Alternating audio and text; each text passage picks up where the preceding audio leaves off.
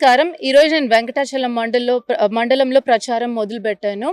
ఇక్కడ నేను ఇంద్రమ్మ కాలనీకి వెళ్ళాను. ఇంద్రమ్మ కాలనీలో చాలా మంచి రెస్పాన్స్ ఉంది, కానీ ప్రజలు భయపడుతున్నారు.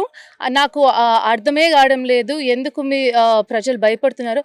ఎందుకంటే ఒకటి, మతం పేరు చెప్పి రాజకీయాలు చేస్తున్నారు.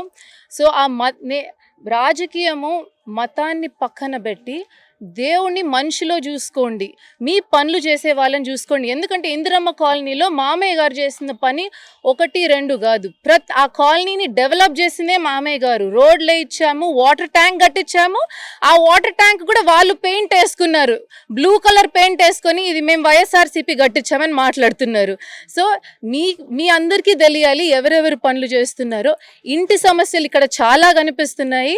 చాలా ఇంటి పట్టాలు, మన ప్రజలకి వచ్చిన పట్టాలన్నీ వైఎస్ఆర్సీపీ గారు, మంత్రి గారు బినామీలు దానిలో చాలా భూములను ఆక్రమించుకొని ప్రజల్ని చాలా ఇబ్బంది పెడుతున్నారు. ఈ సమస్యలన్నీ మన ప్రభుత్వం రాగానే ముందు ఆ బ్రాందీ షాపు, ఇందిరమ్మ కాలనీ బయట బ్రాందీ షాప్ ఉంది, ఆ బ్రాందీ షాపు తీపిచ్చి చిన్న పిల్లలందరూ మద్యానికి బానిసలు అవుతున్నారు. వాళ్ళందరినీ కాపాడుకుంటాము. బ్రాందీ షాప్ తీసి చిన్నపిల్లలకు ఒక అంగన్వాడీ స్కూల్ కట్టించి వాళ్ళని కూడా చూసుకుంటామని నేను ఈరోజు హామీ ఇస్తున్నా. ప్రతి ఒక్కరూ ఎవ్వరూ భయపడొద్దండి. ఏదో బెదిరిస్తున్నారంట, మీరు ఓటేసేది మేము చూస్తాము, మాకు తెలుస్తుంది, మేము మిమ్మల్ని, మీ పట్టాలు మా దగ్గర ఉన్నాయి, ఓటు తర్వాతే మీ ఇంటి పట్టాలు రిలీజ్ చేస్తామని ఏదేదో బెదిరిస్తున్నారు. ఎవ్వరికి భయపడొద్దండి. దాన్ని బాండెడ్ లేబర్ అంటారు. హ్యూమన్ రైట్స్ కింద వాళ్ళు కేసు వేస్తే లోపల పోతారు, 10-15 ఏళ్ళు బయటికి రారు. నిశ్చింతగా ఉండండి, మన ప్రభుత్వం వస్తూ ఉంది. నేను దగ్గరుండి మీ పట్టాలనే రిలీజ్ చేసి వాళ్ళకి తగిన శిక్ష పడేటట్లు నేను చూసుకుంటా. నేను మొత్తం మండలం అంతా తిరిగాను, కానీ నాకు కొంచెం ఫియర్ ఆస్పెక్ట్ కనిపిస్తుంది.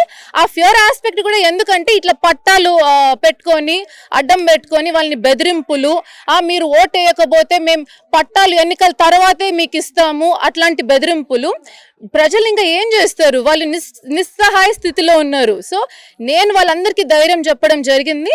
వాళ్ళు ఎవ్వరికీ భయపడాల్సిన అవసరం లేదు. సోమిరెడ్డి ఇంట్లో ఒక్కరు కాదండి లీడర్స్ ఉండేది, ప్రతి ఒక్కరు లీడరే. 4 ఉన్నాం ఇంటికి.